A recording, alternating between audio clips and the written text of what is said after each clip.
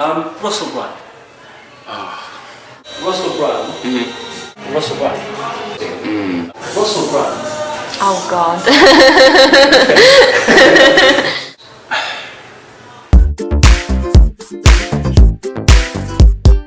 Get back to fucking Birmingham then! We're not here to talk to people from the Midlands! What are you even doing here? Who let you in? Get out! I think he represents a lot of genuine anger and frustration that people have with the political system, and it's incredibly understandable. I mean, I've been pissed off with it enough myself, but I don't think his solutions work. I don't think you can make change by ignoring it. I don't think not voting isn't a protest. Not voting is just not voting, and it's just you losing your right as the way to say how the country should be governed.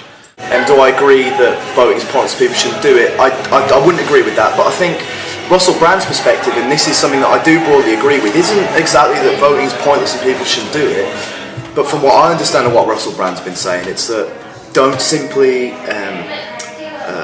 don't pen yourself into parliamentary politics and what happens in the council chamber, because politics extends beyond that. Like, the way to change politics is not by depending on the existing political class and existing political systems, but for us ourselves to start grassroots movements. Well, to be honest with you, I think he's been slightly misquoted.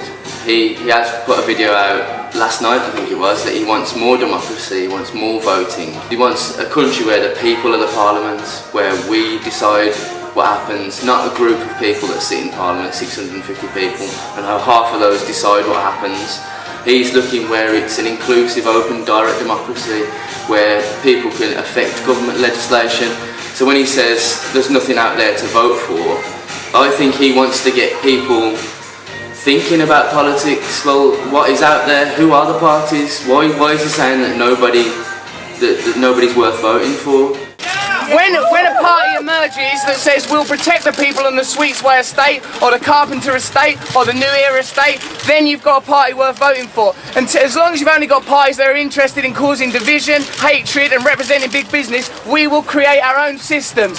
Historically, movements which have secured victories for the working class, the women's vote, higher wages, union rights, haven't been sort of passed down from the politicians at the top out of the kindness of their hearts. They've been won from the mass movements of the working class and the social struggles and the social movements that have gone on outside of Parliament and outside of the council chamber. So Russell Brand isn't saying that, not to vote, but he's saying that don't expect things to change anytime soon if all you're going to do is turn up on polling day and vote. That is one narrative, but also if you do vote, you don't get heard and you don't get any action taken. So all politics is pointless? Politics is dead. What we're discussing is what replaces it. Something more draconian, something enforced by militarisation of the police force, or something new and free and empowering for people. I would suggest the latter. I support the latter. Well, I sort of don't like Russell Brand. I think it's disgusting how he has so much influence over young people and he's telling them not to vote. And it's so important to vote because it is your future.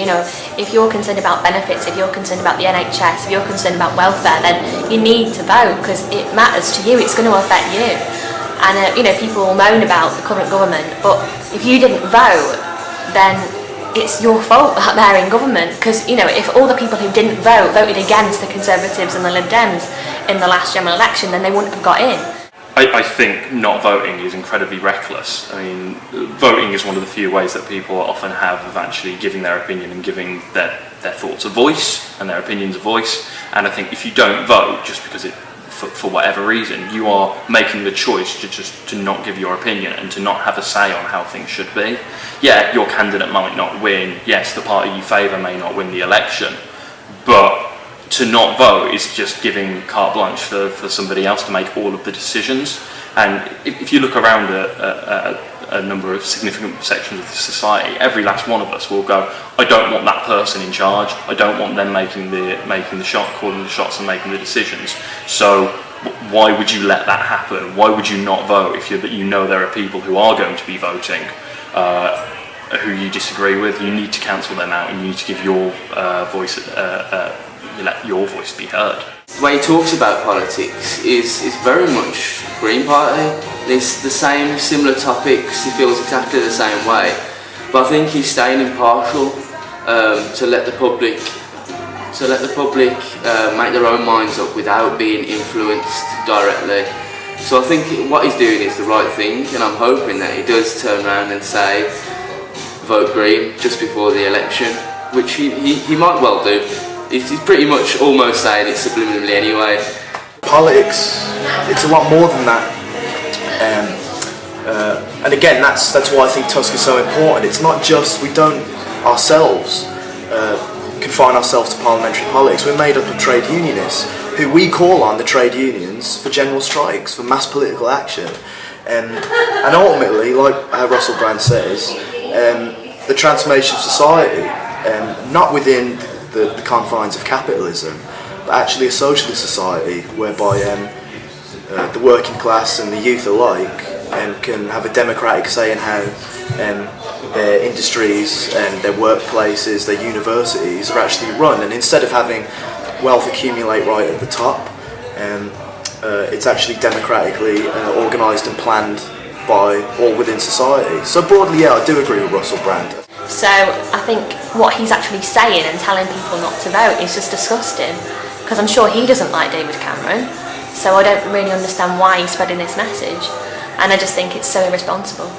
So I think in the end, I think Russell Brand is actually quite dangerous with those sorts of views, because it leads to the disenfranchisement of young people from the political process, which means they will continue to get shafted because they're not voting to begin with. I sometimes don't particularly understand the flowery language he uses. I don't always know what he's actually trying to say, but broadly I agree with him, and and what he's trying to do, especially, yeah. And I do agree with. We do need a revolutionary situation in Britain. We do need a revolution which will, as I say, fundamentally sweep away with capitalism and sort of implement socialism. I do, yeah. Politics is dead. This is the end of politics. What we're discussing now is what comes after. Something worse or something better. They're already preparing for something worse. Police are becoming militarised across the world. We have an opportunity to create something better.